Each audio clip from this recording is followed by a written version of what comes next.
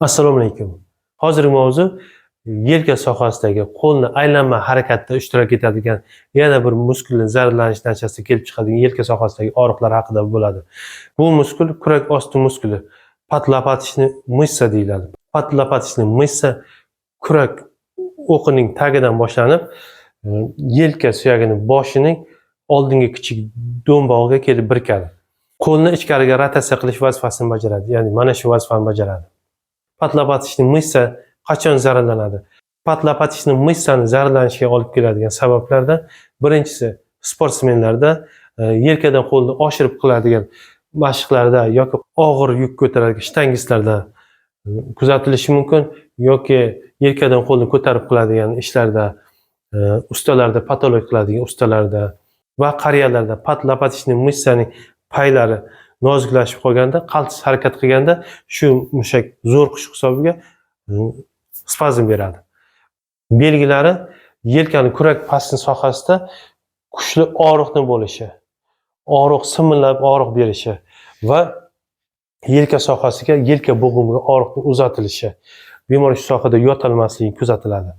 Tashxis qo'yishimizda birinchi o'rindan testlarni aytib o'tmoqchiman, sinamalarni. Birinchi sinamasi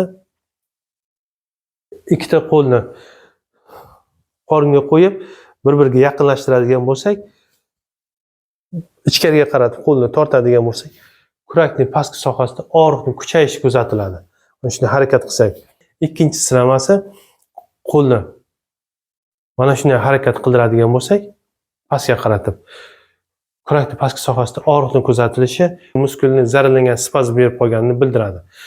Va uchinchi sinamasi qo'lni tananing orqasiga, kurak sohasiga qo'lni yaqinlashtiradigan bo'lsak, agar kurak osti muskuli zararlangan bo'lsa, qo'l kurakkacha yetib bormaydi va og'riq kuchayib boshlaydi.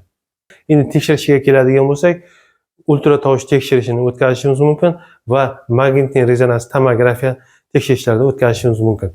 Davosida og'riq qoldiruvchilar ketanal, deklaberil, deklafenak, ketaral, mina, eterokoksib, tiraxkam birinchisi.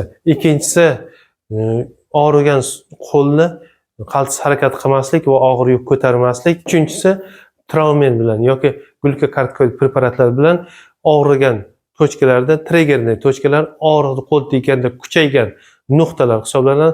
Shu nuqtalarga glukokortikoidlar yoki travmen bilan inyeksiya qilib yog'lanish jarayonlarini ketkazishimiz mumkin. To'rtinchisi shu sohaga высокочастотный ударный волна yoki UVC keyinchalik og'riq kamaygandan keyin 2 haftadan keyin davolovchi mashqlar, elfiklar o'tkazishimiz mumkin. Qisqacha kurak osti muskulining zararlanishi haqida mana shularni sizlarga aytmoqchi edim. Sog' bo'linglar.